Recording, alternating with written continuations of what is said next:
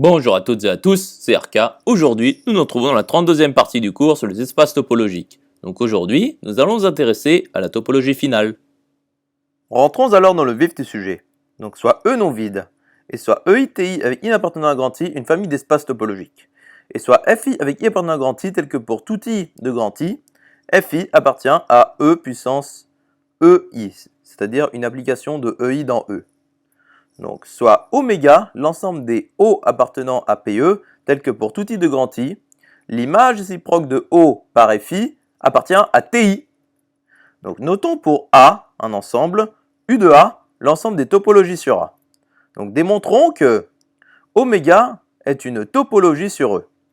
Donc pour tout I de grand I, l'image réciproque de E par F, I, est égale à l'ensemble des X appartenant à EI tel que FI de X appartient à E, ce qui est égal à EI, et celui-ci appartient à TI. Donc E appartient à oméga. Et pour tout I de grand I, l'image réciproque de l'ensemble vide par FI est égale à l'ensemble vide, qui appartient bien à TI. Donc, l'ensemble vide appartient également à oméga. Poursuivons la démonstration.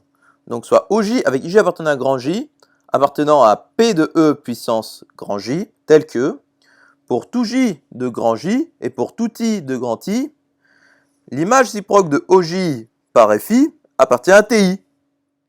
Donc, pour tout I de grand I, l'image réciproque de l'union des OJ avec J appartenant à grand J par FI est égale à l'union pour J appartenant à grand J des images réciproques de OJ par FI qui appartient bien à TI.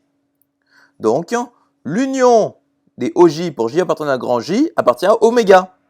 Et maintenant, soit N appartenant à N étoile quelconque. Et soit OJ avec J appartenant à 1N appartenant à P de E puissance 1N fini tel que pour tout J de grand J et pour tout I de grand I, l'image réciproque de OJ par FI appartient à TI. Et pour tout I de grand I, l'image réciproque de l'intersection pour J allant de 1 jusqu'à N des OJ par FI est égale à l'intersection pour J allant de 1 jusqu'à N des images réciproques des OJ par FI, ce qui appartient bien à TI. Donc, l'intersection pour J allant de 1 jusqu'à N des OJ appartient à oméga. Donc, oméga est bien une topologie sur E. Poursuivons l'étude. Donc pour AZ1 et BZ2, deux espaces topologiques, soit l'ensemble C AZ1, BZ2, l'ensemble des applications H de A dans B, tel que pour tout E de Z2, l'image réciproque de O par H appartient à Z1. Donc démontrons que pour tout I de grand I, FI appartient à C, EI, TI, E, oméga. Donc pour tout O de PE, O appartient à oméga équivaut à pour tout I de grand I, l'image réciproque de O par FI appartient à TI. Donc pour tout O de oméga et pour tout I de grand I, l'image réciproque de O par FI appartient à TI. Et donc, pour tout I de grand I et pour tout O de oméga, l'image réciproque de O par FI appartient à TI. Donc nous avons pu intervertir le I et le O car ils sont indépendants l'un de l'autre. C'est-à-dire, pour tout I de grand I, FI appartient à C, EI, TI, E, oméga. Conclusion établie. Démontrons alors que pour tout T de UE et pour tout I de grand I, FI appartient à C, EI, TI, ET, implique que T est inclus dans oméga. Donc, soit T une topologie sur E telle que pour tout I de grand I, FI appartient à CEI, TI, ET quelconque. Donc, soit O appartenant à T quelconque. Donc, pour tout I de grand I, l'image réciproque de O par FI appartient à TI.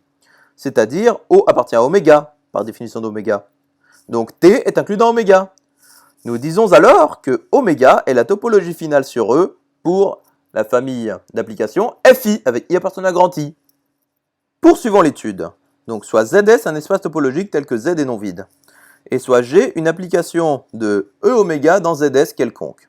Donc, démontrons que G appartient à C E oméga ZS équivaut à pour tout I de grand I, G rond FI appartient à C E I TI ZS.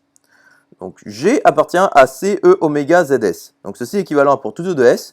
L'image réciproque de O par G appartient à oméga. Ce qui équivaut donc à pour tout O de S et pour tout I de grand I, l'image réciproque par FI de l'image réciproque de O par G appartient à TI, car oméga est égal à l'ensemble des parties O de E, tel que pour tout I de grand I, l'image réciproque de O par FI appartient à TI. Ce qui équivaut donc à pour tout O de S et pour tout I de grand I, l'image réciproque de O par G rond FI appartient à TI. Ce qui équivaut donc à pour tout I de grand I et pour tout O de S, l'image réciproque de O par G rond FI appartient à TI, car I appartenant à grand I et O appartenant à S sont indépendants l'un de l'autre, d'où l'interversion possible. Ce qui équivaut donc à pour tout I de grand I, G rond FI appartient à CEI-TI ZS. Conclusion établie. Continuons l'étude. Donc notons pour un ensemble, T rond d'une topologie sur A et B une partie de A. B bar par rapport à T ronde, l'adhérence de B selon T ronde. Et B point T ronde, l'intérieur selon T ronde. Donc démontrons que pour toute partie F de E, F est égal à l'adhérence, à son adhérence par rapport à oméga, équivaut à pour tout I de grand I, l'image réciproque de grand F par Fi est égale à son adhérence par rapport à Ti. Donc soit F, une partie de E, telle que F est égale à son adhérence par rapport à oméga. Donc ceci équivaut à E privé de F appartient à oméga. Ce qui équivaut donc à pour tout I de grand I, l'image réciproque de E privé de F, E privé de grand F par Fi appartient à Ti. Ce qui équivaut donc à pour tout I de grand I, EI privé de l'image réciproque de grand F par Fi appartient à Ti. Ce qui équivaut donc à pour tout I de grand I, l'image réciproque de grand F par Fi est égale à son adhérence par rapport à Ti. Conclusion établie. Continuons l'étude, soit E non vide, et soit FITI avec I appartenant à grand I une famille d'espaces topologiques, et soit PJ avec J appartenant à grand J appartenant à P de grand I puissance grand J, tel que l'union pour J appartenant à grand J des PJ est égale à grand I, et pour tout KL appartenant à grand I2, K différent de L implique que PK inter PL est égal à l'ensemble vide, et pour tout J de grand J, PJ est non vide. Donc soit BJ avec J appartenant à grand J une famille d'ensembles. Et pour J appartenant à grand J croix PJ, soit VJ appartenant à l'ensemble des applications de FITI dans BJ oméga J, avec oméga J qui est égal à l'ensemble des parties O de BJ, tel que pour tout I de grand I, l'image réciproque de O par VJI appartient à TI. Autrement dit, en fixant J appartenant à grand J, nous munissons BJ de la topologie finale sur BJ pour la famille d'applications VJI avec I appartenant à grand I. Donc pour J appartenant à grand J, soit UJ appartenant à l'ensemble des applications de BJ oméga J dans E oméga, avec oméga l'ensemble des parties O de E, telles que pour tout J de grand J, l'image réciproque de O par UJ appartient à oméga J.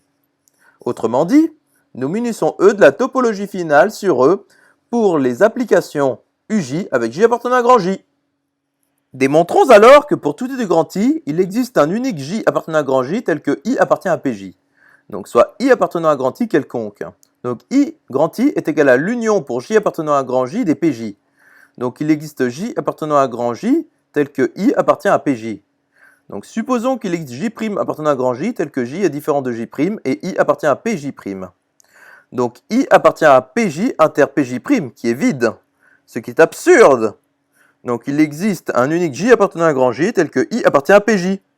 Nous pouvons alors définir l'application psi de grand I dans grand J qui associe à I le J tel que I appartient à PJ. Poursuivons l'étude. Donc pour I appartenant à grand I, posons WI qui est égal à U psi I rond V psi II.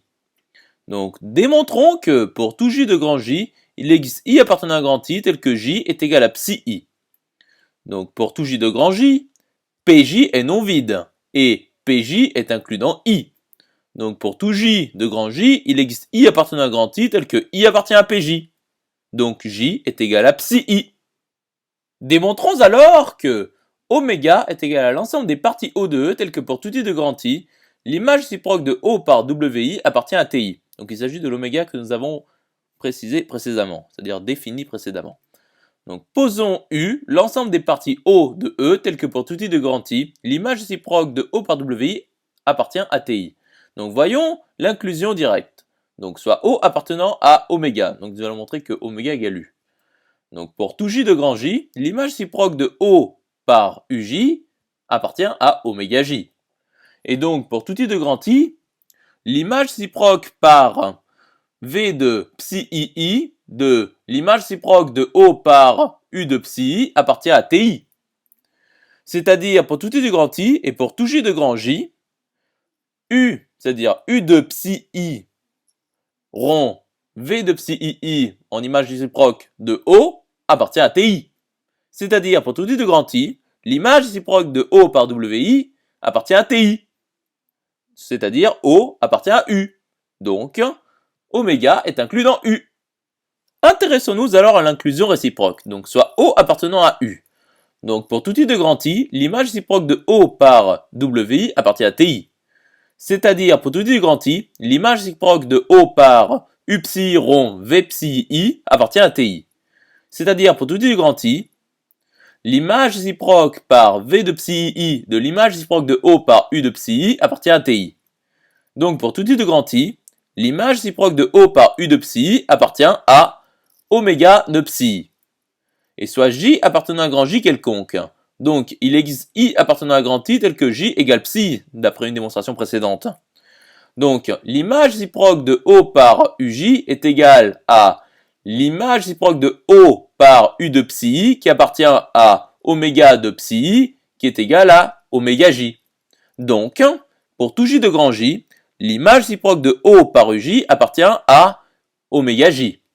Donc, O appartient à oméga. Par conséquent, U est inclus dans oméga.